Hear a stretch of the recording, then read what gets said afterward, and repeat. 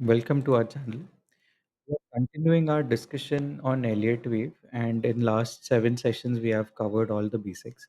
Now, this is a couple of minutes I'm taking to brief about the course that we have. uh, it makes sense to have a mentor for this kind of courses because it's something very difficult, and we've seen it briefly in the last session also that there is no single reference book for it. The text that is available is written in the 90s or probably earlier 2000s. Trading view came a little later. Second thing, the books that are the latest or the current editions of the whole concepts applying to the market are expensive. Again, I'm not saying they are not available. You can have a lot of other things, a lot of other references from where we can learn. But the process of learning by yourself is going to be slightly slow. It requires a lot of dedication, the push also, and the regularity or the consistency it requires.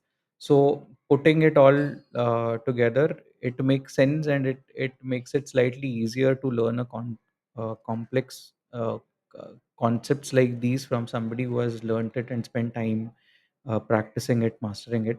And after that, basically, we have come to a structured way of how, when we can add a particular complexity and stuff like that. So I'm just walking you through the course content that we have. Again, this is subject to get modified a little as per how we actually get into those batches.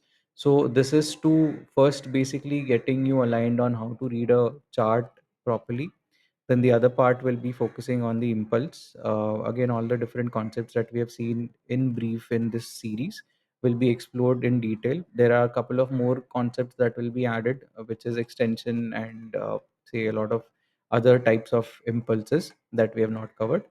uh, Correction, again, we have seen the overview of all, but then how to deal with the complexities, how to handle overlapping possibilities, and what the trading approach could be. That is something will be seen in the correction part. We have again the channeling that we have not yet covered in this introductory session.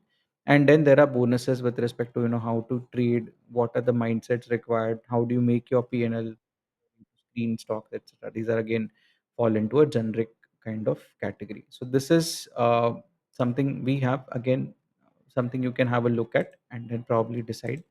uh, Rest everything, I think, be it this way or the other, it is definitely a concept that one should learn and should uh, practice to improve their trading and to improve the profitability for sure.